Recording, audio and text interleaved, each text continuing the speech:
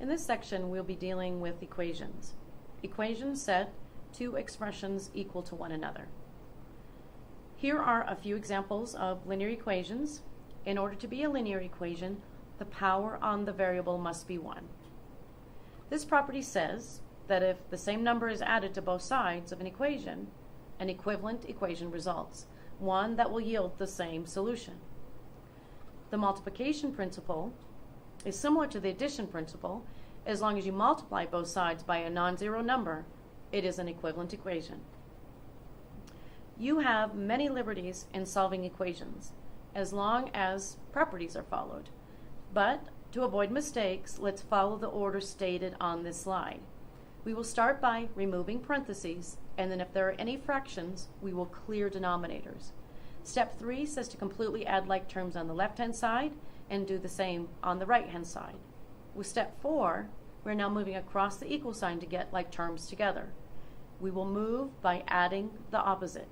Step 5 has us removing any constant factors on the variable, and last, step 6, we check.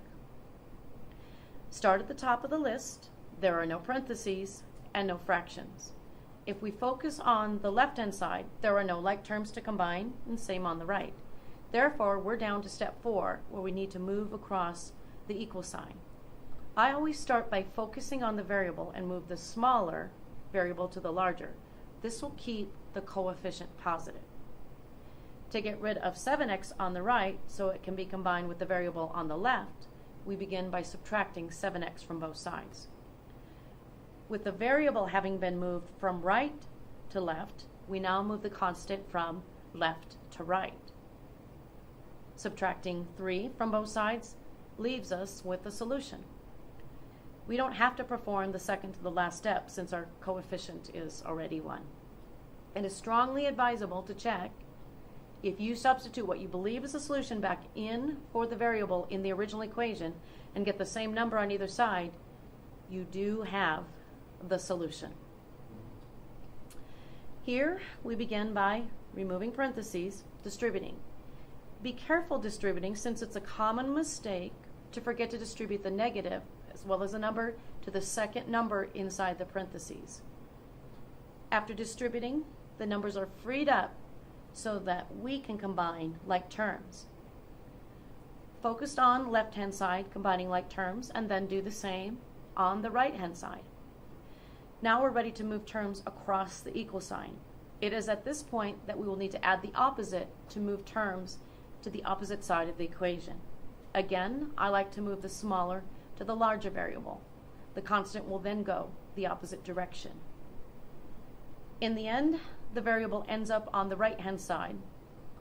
And this is not a problem since the equal sign gives us permission to flip and put the variable on the left. If you plug negative 20 back in for x into the original equation, you will see same number on either side. I will let you verify that this is the solution. Now, this is an algebra class, so at some point we should expect to have to solve word problems. With these last slides, we will be practicing how to define the variables and how to do the initial setup. The word problems at this stage will be incomplete, so don't expect to completely solve yet. Let's practice the setup first. It is very common to have to state the parts of a number when a total is known. Here we have two numbers that have a total of 15. With this type of problem, we always start with x defined to be the first part. To help us understand how to represent the other part of the number, I've made up an example with actual numbers. Here's my example. If I have $15 to give away to 2 people, and I give away $6 to one, how much is left to give to the other person? To find the other part, or what is left, we will take the total minus the first part. We'll always define the first part to be x, and the other part to be the total minus x.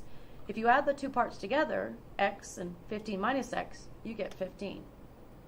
Let's move on as to how to set up integer problems. There are 3 cases.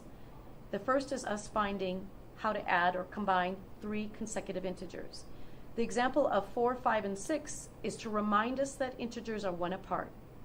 We'll always define x to be the first integer The second is 1 away from the first, and the third is 2 away from the first. So this slide shows us how to define the 3 consecutive integers. The problem has asked us to find the sum of these 3 consecutive integers. We find the sum by adding like terms. Now we'll be defining and then adding 3 consecutive odd integers. How far apart are odd integers? From our example of 3, 5, and 7, we see that they are 2 apart. To get from the first to the second, add 2. And to get from the first to the third, add 2 more. Now we need to find their sum. Add like terms for the simplified expression. Now we're looking for 4 consecutive even integers. Even integers are 2 apart, just like the odd integers. Defining our variables will be the same as for then the odd integers. As with even integers, we keep adding 2 as we move to the next integer. Now all that is left is to find the sum of these 4 consecutive even integers. And here is our simplified result. The first half of this lesson was to help us understand the process of solving linear equations. If this is something you struggle with, get help as soon as possible. The second half was to help us understand how to set up word problems. Both of these will be important when it comes to solving word problems. So to make sure that you've set a solid foundation for the material to come, get help if necessary. Thank you.